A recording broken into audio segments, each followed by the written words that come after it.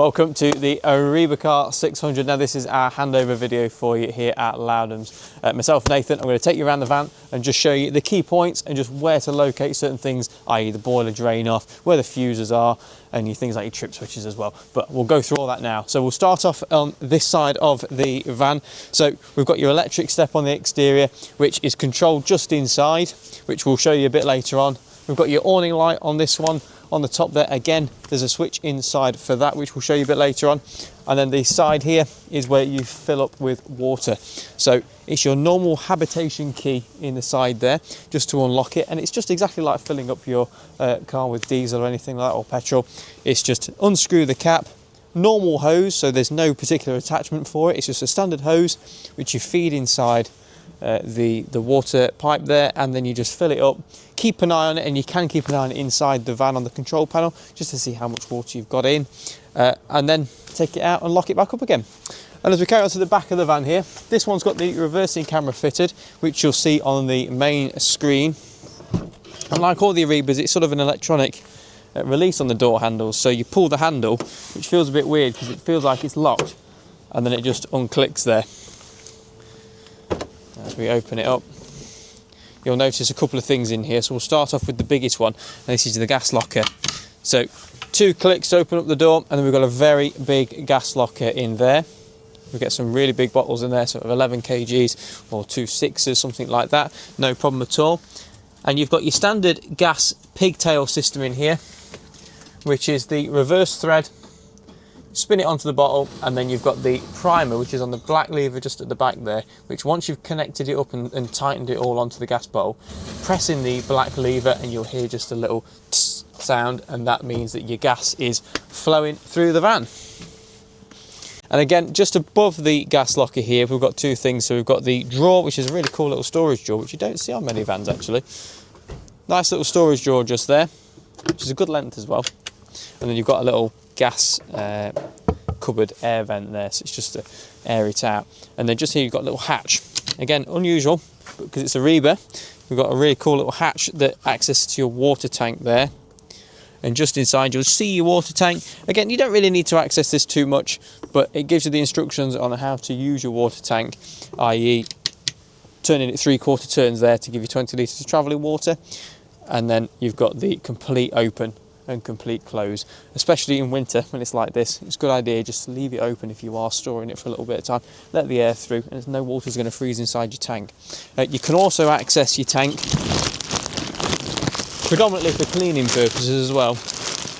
You can access it just from underneath the bed there, so you've got a little storage hatch there, but then just below you'll see you've got the big blue dial there, and that's access into the tank, and you can put a little cleaning agent through there every now and again just to sort of keep that nice and clean. Then as we carry up, close up the back doors. As we carry on, so this one's got the nice big side pods on, which is really good. It really extends your bed space out. You've got your cassette toilet down here. That's normal, again, habitation key just to get inside the toilet cassette. It's locked at the moment, but it is a standard Thetford cassette toilet, and you just put your cleaning agents through. You've got the standard flush vacuum system that goes through the toilet, and it's a really simple thing to use. So that's where you access your toilet from. You've got your electric hookup as we are plugged in now, and it's also got the handy little lever on the side there to help you get it out a lot easier. And then you've got your boiler vent there, which does get warm, so just be careful if you've got that window open or anything. Just be careful, it does get really hot around there. And then just in here, we've got your fuel. So if I open it up, just like that, you've got diesel and AdBlue. So every now and again, you just need to make sure you're topping up your AdBlue. The vehicle will tell you when it is starting to get low. So just keep an eye on that and just never let it run out. So as this vehicle doesn't come with a spare wheel, we've got the compression kit and the fluid there for puncture repairs. So in case you do get stuck, you can put the fluid on the compressor there, pump it through the tyre, and it should just get you to a garage just so you can go and have that repaired. Also on here, you've got your bonnet release. So you just pull the lever down the side there, and I'll just show you the jump start points, which is just something every now and again, if you ever need to jump start the vehicle, pop the catch up there. So you've got 2 points. You've got one just on the side there, on the left, that is your negative point, and you've got your positive point, just covered up by the red, just on the side there. So it's a bit of a wide gap, but that's where your points are if you ever need to jump start it. We just always advise, keep an eye on the levels. And as we step inside the vehicle now, so we've got 2 fly screens on the VW. So you've got one that comes up the side here like that and meets just here, and then you've got a second, which again, just advise use 2 hands on the fly screens and they'll meet in the middle just like so. Put them away. We've also got a handy little table. So if you sat outside, if you've got an awning on there or anything like that, and you sat outside your van, nice little table which stores with just a little clip system just in the side there. Push that in and that's out of the way. You've got a couple of light switches as you come into the van, just down below, and you've also got your step control. So you've got your step control just there, so you hold it down to pull in and out your step, and you've got a few different lights there, your awning light there, and you've also got your entry lights down the side here as well. And then you've got 2 main light switches to control the main lights throughout the van.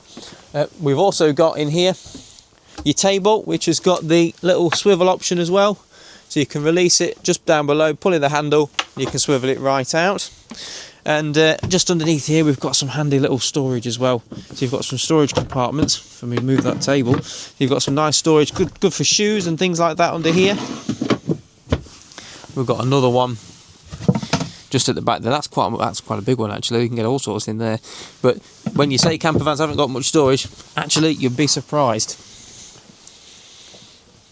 So now just for swivelling the seats, because this is something I keep forgetting to cover on the videos, we've got a main slider for your seat, and then just next to that on the Ariba you've got a small little handle, and if you push that away from yourself then you can swivel that right round. You will have to do a little bit of sliding up and down just to make sure you get past the steering wheel and things like that, but that is how you work it, and it's completely adjustable. So you can also roll the seat backwards, so you can lean it, so you can recline a little bit more. But it is dead simple to do, but you just have to move the seat backwards and forwards a little bit just to get it past the certain points in the van. Need more kitchen space? Handy little extender on the side there. And also, a very cool fridge. Slides outwards. And then you've also got your controls just inside. So you've got your power button there, you've got your temperature gauge which you can adjust, and then you've got your night mode on there as well. So if you just want to cool it down, don't want to use as much power, put it into night mode. Perfect. And then underneath here, so this is where your boiler is. So underneath your main sort of cabin seats, you've got your boiler. You've got a really small little storage cupboard here, but it can't be too big because, like I say, underneath is your boiler. And you've got a hatch underneath. So if I just take this cushion out here and put this just down here, you've got a small hatch there, and then you can see the access to your boiler. Now this is something that you probably won't really go into, but just for a point of, I know where that is, your boiler's underneath there. And something you will need to know is your boiler drain. Now this is something ideal for this time of year, when you're storing the van and things like that. You want to make sure your boiler drain off is open so it can breathe. Now it's a little bit awkward to get to. There's a hatch just at the back there, and then you've got your boiler drain just in there. Now on here it's the diamond system, so you turn the diamond and it will shoot the button out at the bottom, drain the water out, and then when you close the diamond again and you turn it round, make sure you push the button back in, and then that will allow you to fill your boiler back up. Now just inside the bathroom there's just a couple of little points in here. So again, the standard toilet system with your flusher on the side there, and you unlock it so you can actually use it with the little slider system down the side there.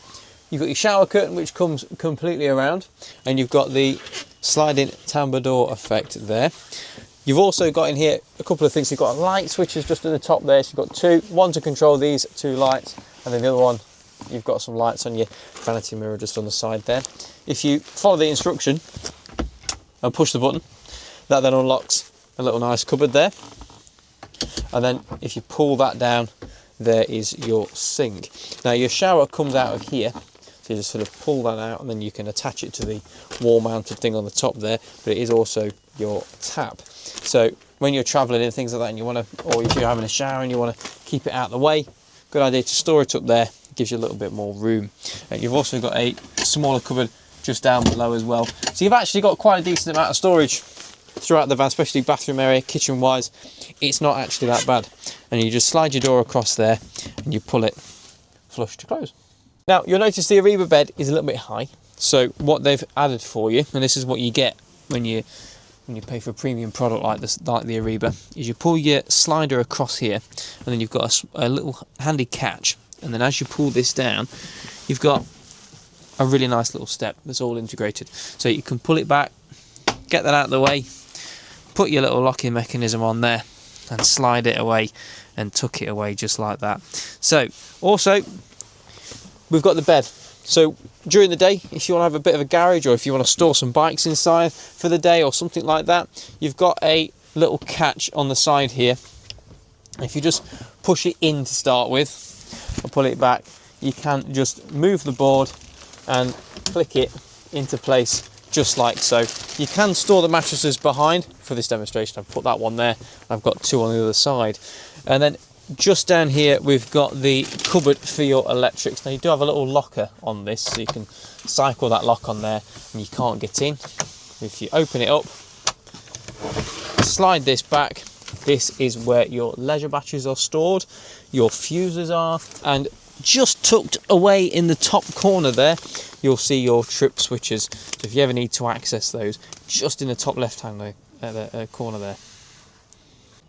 So moving on to the Ariba control panel in the Hymer system. So the main screen tells you exactly what you've got in both your vehicle battery and your leisure battery, also in your fresh water and your wastewater. You can also go into the installation settings and then select from the diesel, electric or both, your kilowatts in there as well. And then for the warm water, you've got eco and hot. And then the personal settings, you can also select your brightness. So at night time, if you want some mood lighting, you can obviously dim that down accordingly. Your wastewater outlet as well on the Eriba Car is slightly different. It's just down where the driver's steering wheel is, just a little button down there. So just remember that as well when you come to empty your wastewater in the winter.